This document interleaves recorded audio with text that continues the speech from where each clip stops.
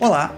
Você já se sentiu desafiado ou desafiada por teorias sociais complexas na sua jornada acadêmica ou em pesquisa em administração? Termos como campo, hábitos ou capital parecem distantes da sua prática organizacional? Hoje nós vamos explorar o universo de Pierre Bourdieu, um dos sociólogos mais influentes do século XX, e entender por que a sua perspectiva teórica é uma ferramenta poderosa para quem estuda e pesquisa administração no Brasil e no mundo.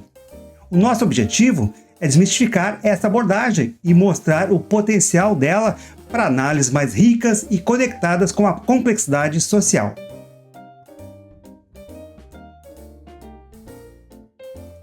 O arcabouço conceitual de Bourdieu, conhecido como praxeologia, é amplamente reconhecido em diversas áreas, como a sociologia e a educação, entre outras. No entanto, no campo da administração, o seu emprego, especialmente no Brasil, ainda pode ser considerado tênue, apesar do grande potencial de contribuição que a teoria possui. Isso foi o que nós observamos num estudo que realizei em parceria com a professora Ana Heloísa durante o doutorado na PUC-Rio. O estudo teve como título Reflexões sobre o emprego da perspectiva bourdieusiana no campo da administração, cenários e possibilidades. Esse estudo foi publicado na revista da Unigran-Rio, a revista Almanaque Multidisciplinar de Pesquisa. Eu vou deixar aqui na descrição, aqui embaixo, o link deste artigo para que você possa conhecer o estudo na íntegra e outros detalhes que a gente apresenta nesse artigo. Também vou deixar outros materiais para leitura. A essência dessa praxeologia, a praxeologia de Bourdieu, está na relação dinâmica e reciprocamente conectada entre estrutura de um lado e objetiva de outro. Nosso estudo analisou como a obra de Bourdieu tem sido empregada na área de administração. Observamos o período entre 2001 e 2020, tanto aqui no Brasil quanto no exterior. O que é a praxeologia de Bourdieu? E por que usar ela na administração? A essência da praxeologia bourdieusiana está na relação dinâmica e reciprocamente conectada entre as estruturas objetivas, que Bourdieu chama de campos, e as estruturas incorporadas, que ele denomina hábitos. Pense no campo da administração como um espaço de jogo, com suas regras, posições e lutas por recursos. O hábitos é como nós, agentes sociais, termo que Bourdieu costuma empregar para designar os sujeitos, ou seja, as pessoas. Nós internalizamos essas regras e estruturas, moldando nossas percepções, pensamentos e ações dentro deste campo. O capital é o recurso em jogo nesse campo. Ele pode ser econômico, social, cultural ou simbólico, entre alguns outros. E a sua distribuição determina as posições dos agentes. Mas antes de avançarmos, deixa eu me apresentar. Eu sou o professor Rodilon Teixeira, mestre em administração pela URGS e doutor na mesma área pela PUC-Rio. A você que está chegando agora, seja bem-vindo ao meu canal. A nossa pesquisa revelou que os conceitos de hábitos, campo e capital são de fato os mais frequentes utilizados nas pesquisas em administração e que citam Bourdieu. Isso é compreensível. Isso porque eles formam a tríade fundamental da teoria de Bourdieu, que ele mesmo coloca nessa forma: hábitos, capital e campo. O resultado é a prática, a ação do sujeito. Então, outro detalhe que Bourdieu sempre coloca nos seus materiais, nos seus textos, é que esses três conceitos, campo, hábito e capital, eles devem ser utilizados juntos. Isso a gente vai ver mais à frente. Esse é um dos problemas. Alguns trabalhos, algumas teorias utilizam separadamente somente o campo, ou somente o hábito, ou somente o capital, ou às vezes hábito e capital. Campo é muito utilizado sozinho, mas a orientação de Bourdieu é que somente junto, integrados, essa tríade pode ser usado e vai fazer sentido. Este foi também um outro detalhe importante que o nosso estudo apontou, que é, muitas vezes, o uso é fragmentado. Ele foca apenas em um conceito, ou um ou dois conceitos, sem adotar completamente a praxeologia. Isso pode limitar a compreensão completa do pensamento relacional de Bourdieu. Analisando as publicações entre 2001 e 2020, nós observamos a tendência de crescimento constante no emprego de Bourdieu no campo da administração em âmbito internacional. Embora, aqui no Brasil, o cenário é um pouco diferente. Vimos um crescimento nas publicações, em revistas e nos anais dos encontros da ANPAD até 2015.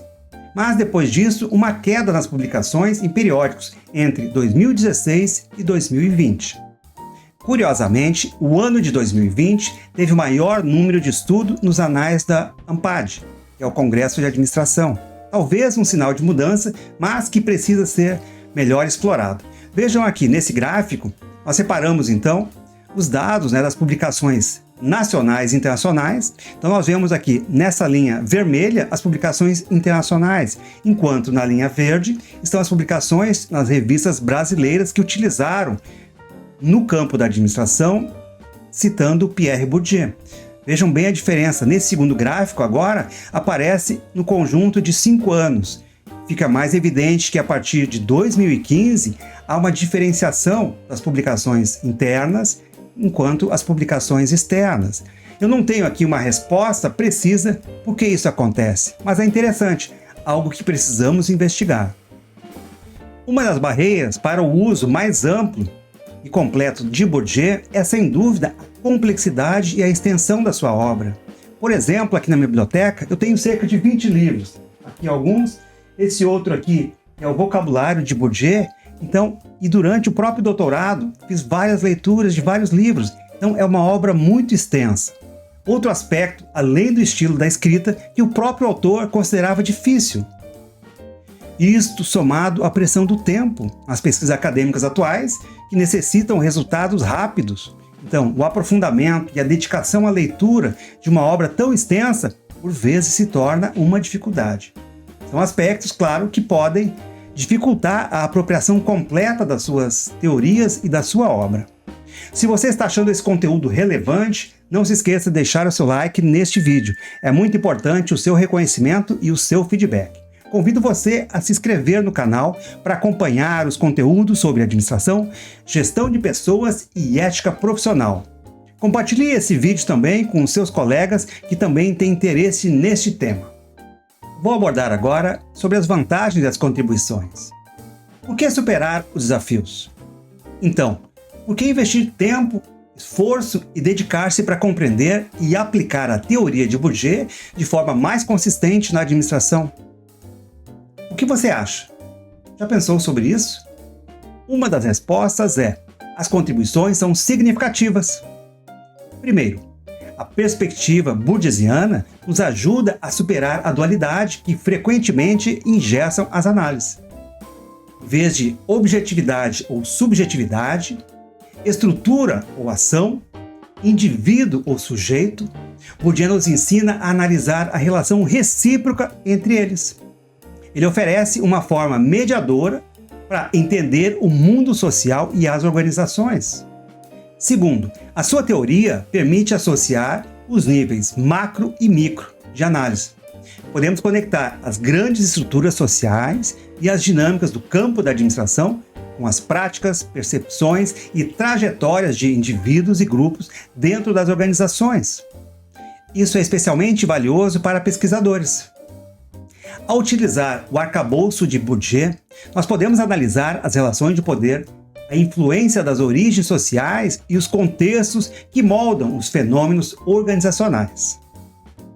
Por exemplo, o estudo em carreira, como foi o caso do estudo sobre carreira médica que realizei no doutorado. Essa abordagem relacional nos ajuda a ir além das visões puramente individualistas e entender como o campo profissional, o hábito dos indivíduos e os diferentes tipos de capital interagem para influenciar as trajetórias. Utilizar Bourdieu de maneira completa e consistente nos ajuda a evitar o que alguns chamam de cegueira analítica, sem considerar o contexto, as origens e as relações de poder, ferramentas que a teoria de Bourdieu nos oferece. Corremos o risco de analisar apenas parte dos fenômenos, perdendo a riqueza das interconexões sociais. Como sempre, lembre-se, os conteúdos aqui apresentados são síntese de conceitos complexos. Para uma compreensão completa, é necessário leitura aprofundada, dedicação e estudo de livros e textos detalhados. Como eu mostrei aqui, vários livros. Portanto, para alunos da graduação, da pós-graduação e pesquisadores, a teoria de Bourdieu oferece um olhar mais profundo, contextualizando o relacional sobre a administração. Ela nos equipa com conceitos potentes para desvendar as dinâmicas sociais e de poder que atuam no ambiente organizacional e acadêmico, permitindo análises mais robustas e que dialogam com a complexidade da realidade social. Com essa breve visão e geral sobre a teoria de Bourdieu, pergunto para você: quais outras tendências você tem observado em sua organização? Como esses temas são abordados na sua organização ou no seu estudo? Deixe os seus comentários. Gostaria muito de saber a sua opinião, além de sugestões para os próximos vídeos do canal. Para concluir, nós vimos que a teoria de Pierre Bourdieu, apesar dos desafios, da sua extensão e das dificuldades, a sua aplicação plena oferece contribuições únicas para a administração, ajudando a analisar a interdependência entre sociedade e o agente social, e a superar as visões dicotômicas. Seu uso completo e consistente pode enriquecer muito as suas análises e pesquisas. Se você quer se aprofundar neste tema e em outros aspectos da administração, confira esse outro vídeo, que eu vou deixar aqui no card, em que tratamos da teoria social de Pierre Bourdieu, também na administração. Tchau, até breve!